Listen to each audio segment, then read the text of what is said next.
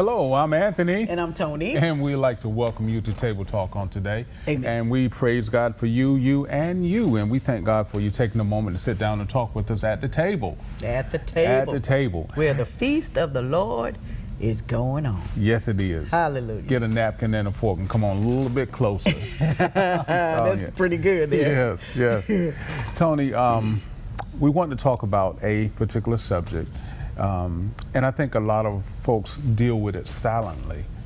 And they have it feelings on the inside and really don't know how to deal with them sometimes. And other times it would hinder them from walking in their greatest area, or being able to handle, or either being able to do certain tasks or certain jobs. Mm-hmm. And that small thing, and for some it may be large, is insecurities. Insecurities. Dealing with insecurities. How do we deal with that in the church? Or even is it something that actually happened in the church? Are people insecure?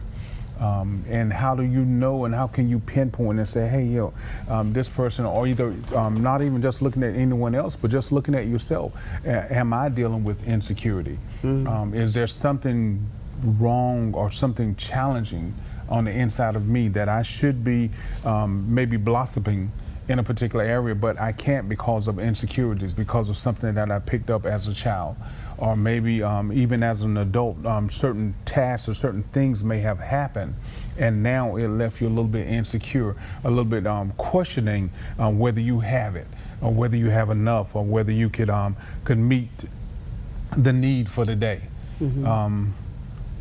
Insecurities, what do you think? You know, insecurity can play so many different parts. Mm-hmm.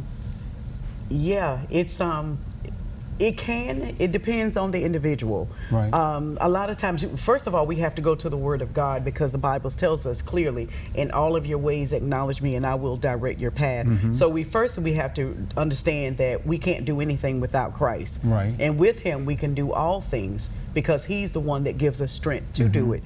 Yeah, you can be insecure if you have not found whatever that gift is that God has given to you, and you haven't cultivated or mm-hmm. nurtured it.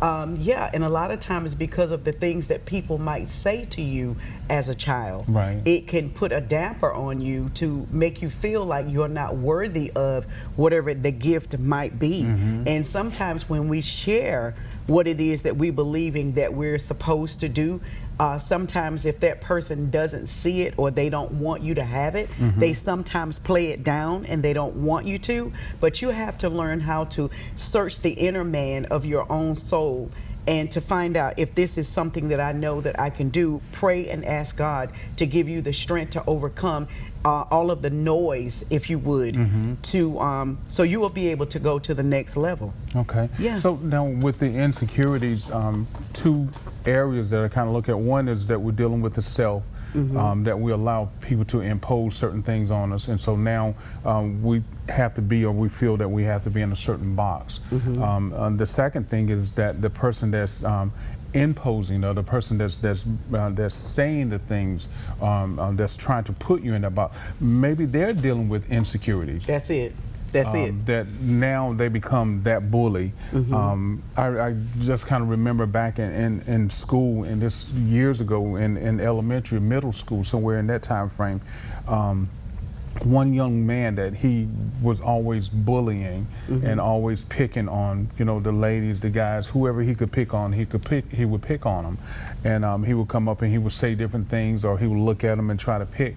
But come to find out is that he was dealing with insecurities himself, mm-hmm. Because he didn't wear the brand shoes that they were wearing. He would say something about the ones that didn't have this particular shoe, mm-hmm. Or either this particular item of clothes, or either he would say, well, you're eating all of this, or you're doing all of this. And come to find out that his life was challenging. Mm-hmm. Challenging being is that when he got back home, he had to deal with abusive parents. Mm-hmm. He had to deal with lack of not having food. Mm-hmm. But how do you deal with that person, so that when they're trying to impose their bullying tactics on you, mm-hmm. They say things, and especially nowadays, you find, Tony, is that a lot of people, when they get behind that keyboard and they're typing, and they become a completely different person. Like a bully Yeah, on they social are. media. Yeah, social media bully. Yeah. Yeah. And they become they have a whole different persona when they're behind that, and they're bullying, and their bully tactics and sending out insecure waves to people. Well, the thing is, you have to understand that people are people. If they have a scar, we know that hurting people hurt people. Yeah. So if they haven't dealt with their insecurities, or if they haven't dealt with their scar, 9 times out of 10, they're going to say something to you to try to make you feel less than the person that you really are and the person that God is calling you to become. Yeah. So I feel like, in situations like that, you just have to consider where it's coming from. Right. And if there is an underlying issue as to why that person acts the way that they do, if you stay around them long enough, they will actually expose themselves, and they will let you know that this is what happened. This is what's happened to me in the past, and that scar has caused me to act out of character or to act indifferent, Right. because I'm insecure and I'm afraid.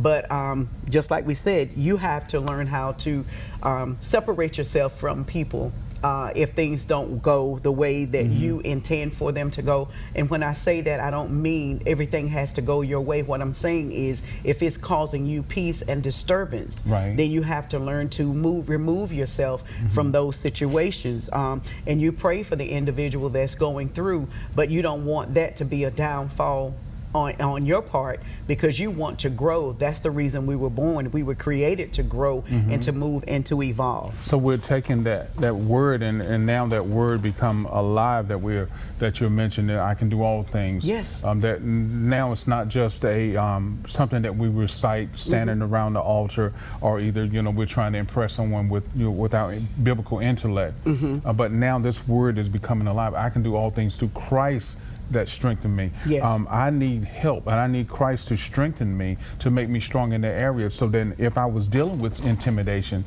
or dealing with insecurities and feeling that, so now I need to take that word that you were talking about and begin to apply it. So now we're getting actual application, not just talking about it, but we're applying it because I need it in a real situation. And that's the great thing that we want to know about the Word of God, is that this is a real book. This is a live book. And when we take that word and begin to apply it in real world situations, I should be stronger based off what this word said. And a lot of times too, I'll just use myself for instance. I mean, this is something that I've dealt with all of my life. People being insecure. I've never had a problem with self-identity, and that's a strong point, which is a blessing.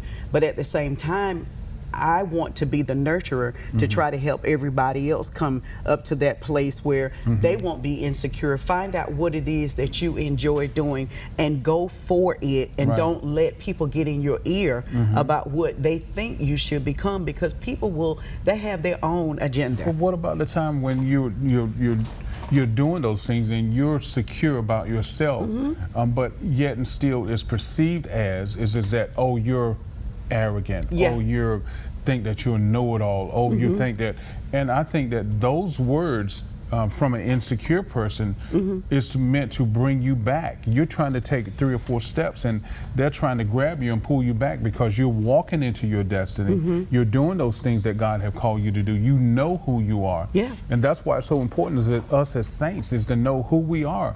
Because one thing about it, and we're not giving him all of that pomp and circumstance, the other fella, but he's going to come and he's going to try to mess with your mind. Yeah. He will use anybody, anything, any circumstance that he possibly can, is to hold you back from walking in your greatest destiny and where you should be. Then the Bible tells us clearly that whom the Son sets free is free indeed. And when you know that God has set you free, why would you allow anything or anyone to hold you in bondage? Because we have the power, because after that the Holy Spirit has come upon you, you shall receive power. You will be prophesying and preaching and teaching the Word of God, and the witnesses that you would be able to captivate with the oil that God has placed on your life. Nobody can take that away from you. Yeah. It's only if you allow them to. But nobody should have that power, that kind of power or control over another individual, because that's not what God intended. So when we as saints, as believers, we're walking in that destiny, but it seems as if that there's so many foes that are around you that are trying to tear at the fabric of your success, trying to rip it apart, trying to hold you back mentally, either by a sly word. Why are you wearing that? Well, you know, what were you thinking when? Exactly. You know, my thing, one of the things that I had to learn is that everybody that smiles in your face is not your friend. Wow. And you have to be very careful what you tell, when you tell, because everything is not to be told or exposed as soon as you start working on whatever the project might be. Sometimes it's good to wait until after it's done. Yeah. And then everybody will find out at the same time. I always say anything you don't want told, you don't tell. Don't tell. Yeah, and if That the makes Lord perfect wants you to sense. know, then He will tell you. Right. And if you question me, it's up to me to answer. You know, if you question us, it's up to us Right. if we want to answer. But you are not obligated, and you don't owe anyone an apology for the things that God is doing in your life. But If we've God, been taught so much like that in growing up. Is to be overly passive. And I think that is a breeding ground for insecurity. And being insecure, being overly passive. And what I mean by being overly passive is that you're trying to worry about everyone else's feelings. Yeah. When you know that your intent is not to hurt, nor to harm, nor Correct. to dismantle, That's it. nor to be disruptive, nor to be, what's that they say, nor to bring confusion. correct. And then so we're trying so hard to uphold to those religious standards that now we allow insecurity to come in because now we won't do this, and we're timid about moving forward because we're wondering, if I bought this, what would other folks think? Yeah. You must have stole money from somewhere. Yeah. You have to must have get. did something wrong. Yeah. You have to get to a point where it doesn't matter what people think. Yeah. Because what they think and what God knows is two totally Exactly. different things. So you can't get tied up to, that's bondage. Yes. That's bondage. You can't get tied up to what they think, because it just holds you back. Yeah. And what you want to do, as I forestated, you just want to keep growing. And if you can't grow around certain people, then you need to remove yourself and get around people that you can grow with, and people that want to see you grow, people that want to see you prosper, people that want to see you overcome that challenge. Yeah. The thing that used to be a challenge is no longer a challenge, because we're free in Him. And we live and we move in Him. That's right. So that's the only thing that I would, say, as far as intimidation. Yeah. People are going to do what people do. Yeah. That's the bottom line. I look at and thinking of is that in 1 Samuel. Yeah, that's it. In 1 Samuel, the 18th chapter, there were some ladies and they sang a song about one of my favorite characters, I think, in the Bible is David. And they were singing a song about Saul, who was king at that time. And they were singing and they were beating the tambourines and just going on out, just celebrating the victory. And they said that, Saul, he had slain his 1,000, and David had slain his tens of thousands. And so it brought on, and so we got two characters here. One that was insecure, because I don't know why he would have been, but maybe people gave him everything, and he was always, and because he was the people's choice, Saul was. Yes. That they wanted him, they loved him. The Bible talks about is that he was a handsome young man, and his stature was so much higher above everybody. He walks through the crowd, and that's Saul. Yeah. And now all of a sudden they're not saying Saul. And now they're calling David. And he was like, hold up, I'm the king. What do you mean? So you're going to take this little Benjamite, this little sheep herder, and you're going to make him bigger than me? He had insecurities. And some people deal with that. And even with him having the title of a king, he still did not know who he was 100%, because that should not have bothered him at all. But a lot of times, the people's choice. A lot of times we can be in position, and I always say, you be careful how you want to be front and center stage, because if you are not ready for the spotlight, when it hits you, it will burn you to a crisp. Yeah, it will. I've seen people out there, and I'm like, you're not ready for this. And until you get settled with who you are, you're going to get messed up, because people will tell you exactly what they know you want to hear. Yeah, they will. And they will pacify you and make you feel all pumped up and make you feel like you are so much bigger than what you know you truly are. And you're not ready for that. And I'm telling you, the same people that put you up on the pedestal will be the very same people that will pull you down. And then you're devastated because you trusted the people, when the Bible clearly tells us to don't put your trust in no man. If he tells you that, it's for a reason. Don't put your trust in no man. The Bible also clearly tells us to know those that labor among you. So that simply means that if God has placed a person in your life, that person, the real person, is going to be there for you through the thick and the thin, the good and the bad, the pretty and the ugly. And they're not going to walk away from you if God has placed them in your life. You know, I just believe that. And the great thing is knowing is that first building that excellent foundation. That's it. Of knowing what you mentioned earlier, what you talked about, is that I can do all things.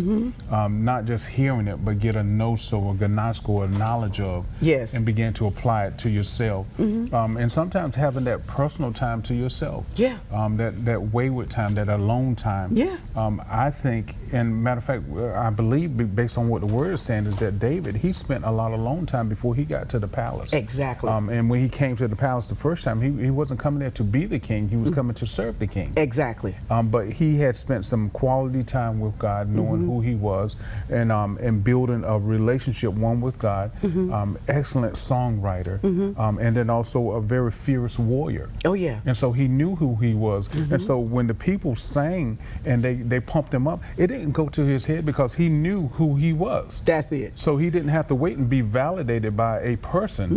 And when we have to wait to be validated by an individual, or either a group, or either a thing, or something that we feel that's bigger than us, that's very dangerous. Very dangerous. If you're waiting for someone to tell you who you are, what you're supposed to be doing, that is a very dangerous place to be. And the reason I say that is because we know that God is the one who elevates. We know that God is the one who takes us to that next place in him.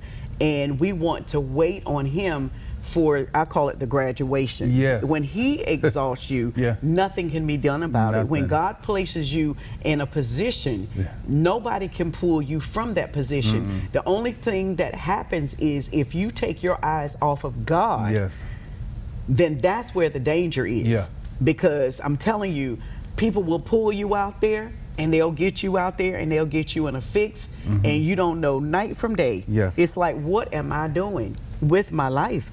How did this come about? Or how did I get stuck in this place when this is not where I know God didn't intend for me to be here? Because he said that I will that you prosper and be in health, even as your soul prospers. So that lets us know that God wants us to have nice things, but don't let it go to your head, no matter how high he takes you or where he allows you to go and be in this world.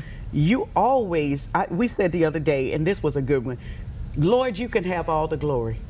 We'll take the blessing. That's it. You know, you can have all the glory. We're going to praise you, want to lift you up. And as a matter of fact, this week has been a wonderful week. And God has truly blessed in so many different ways. He's blown our minds. I mean, just literally, what just happened? And when we come out of a meeting or whatever, wherever we are, then we talk about it. And then the Holy Spirit lets us know is that it's like, they're going to give me praise. They're going to give me glory, because we're smart enough to know that we didn't do it by ourselves. You know, we did not do this by ourselves. There is no way that we could have done what God has done. There is no way. It's just being in position Yeah.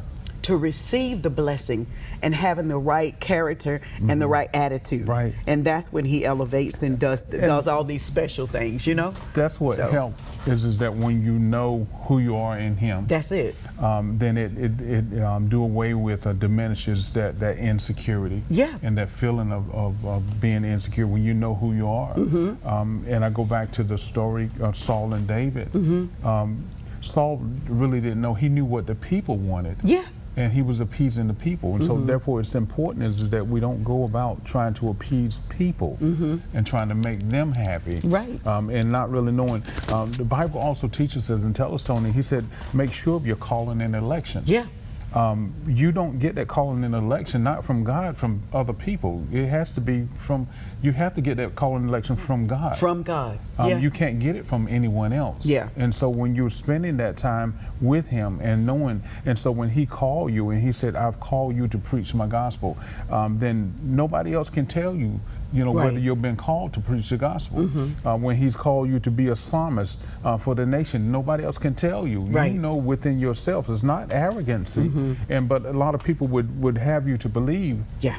Or either the enemy would twist your mind and say, well, maybe I'm moving too fast. No, when God said move, You move. that's exactly what He meant. He meant for you to move. You know, I heard somebody say not too long ago, and it was very profound. She said, God is not impressed by your gifts Yes. because He gave them to you. Thank you. He just wants us to use them and give Him the glory back. Yeah. She said, God is not impressed by our gifts. You know, and I just love the way she just portrayed it. It was Yeah. so beautifully done. God is not impressed by our gifts because He gave them to us. Exactly. Now, the question is, do you have the character and the grace to walk it out? And that's that. As That we part. say, that part. That part. Because Yeah. it's so important that we get that part, knowing who we are in Christ. Yeah, it's the small foxes that spoil the vine. We It talked is. about that quite a few times. Right. And we were saying that, you know, when you go out to preach the gospel, are you approachable? Can people reach you? Right. Can they touch you? Are you friendly? You know, those things matter. Yeah, they matter a lot. In the kingdom. They matter you a know, lot. in the kingdom. Yeah. So the way we carry ourselves, the way we act, all of that's important. Right. You know, because people are watching. Yeah. Trust me, people are watching. And they are, and that's why they put a brand or handle on, you know, those people. And we're talking about those people, talking about church people. Church people, yeah. Because we as representatives of Christ, we have to make sure that we're always in a servant mind.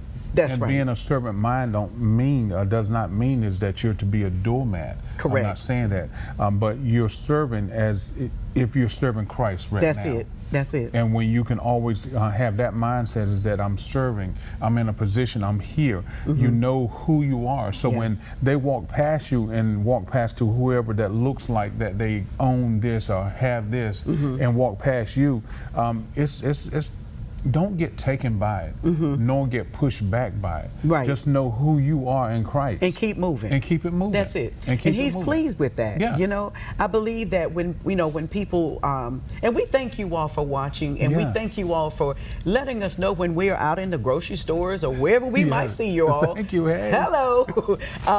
Thank you all for letting us know how much you enjoy the show. Yeah. And thank you for letting us know that you're watching and you're praying for us because we need it. We thank We you. really do. We We do. need it. Yeah. And we don't take it lightly By no that you are means. blessed by the things that God is allowing us to say Yeah. to you all. Yeah. We really appreciate that. Yeah. So we stay at the foot of the cross because that is the safest place to The be. very safest. Is at the foot of the cross and understanding that God did this and we didn't. Yeah. We can't take the credit, but we can say thank you for choosing us. That's it. And that's the humility that we choose to walk in because we could be something else, you know, Right. but that's not who God called us to be, you know. Exactly. And we pray earnestly. I mean, we're not just saying, but we pray when we're in preparation. And sometimes it's at the 11th hour. Yeah, oh yeah. Just as walking out. But we ask God, what do you want your people to hear? And then today, He says, you know, talk to them about insecurities. Yeah. And we need to know who we are in Christ. That's it. Because there's so much other misinformation that's out there. And if we're not sharp, we'll never walk and go to our fullest potential because of that, or because of what other people think. God is trying to bless you, trying to get you to greater, to more. But you're held back because you don't want to drive it. You don't want to live in it. Bless you. You don't want to do those particular things. But if God said it, that's exactly what it is. That's it. Walking in your potential. If He's called you to pastor, then go pastor. Excuse me. If He's called you to go and be of helps, then go do that. And be of helps. But be the best. Don't rely upon what everybody. Where we get into trouble is that when we start saying is that, hey, what do you think about this? What are your thoughts about it? And I can understand if you're asking your husband, your spouse, but when you start carrying it outside the bounds of your four walls, and you won't operate and you won't do certain things until you get their opinion, and then you go back and you talk to mama and them, and then you go talk to cousin whoever and then aunt so and so. That's wonderful to have them in your lives, but the end result is that make sure that you talk to God first. That's exactly right. And ask God that, hey, look, God, if you're unsure at that moment, God, send me a confirmation through such and such. And if God is real, which He is, then He would send you a confirmation that all of a sudden Aunt Mary or Aunt Sudie or whoever is just going to call and say, hey, look, baby, I was thinking about you, and da-da-da. And all you can do is there at that point is just start weeping and crying and saying, okay, look, I can't talk to you right now. I need to go. Because that has happened. You know, that's happened. And what a prophetic word so many times. My God. When people call, it's like, you know, there is no way they would have known that. It had to be God. It had to be. It had to be God. And just like we always say, thank you all so much for being patient with me. I don't know what that was, but anyway, God is good. We always say we thank Him because at the end of the day, when it's all said and done, all we want to hear Him say is well done. Thank you all for being a wonderful audience, and we will see you right here next week. We love you. God bless.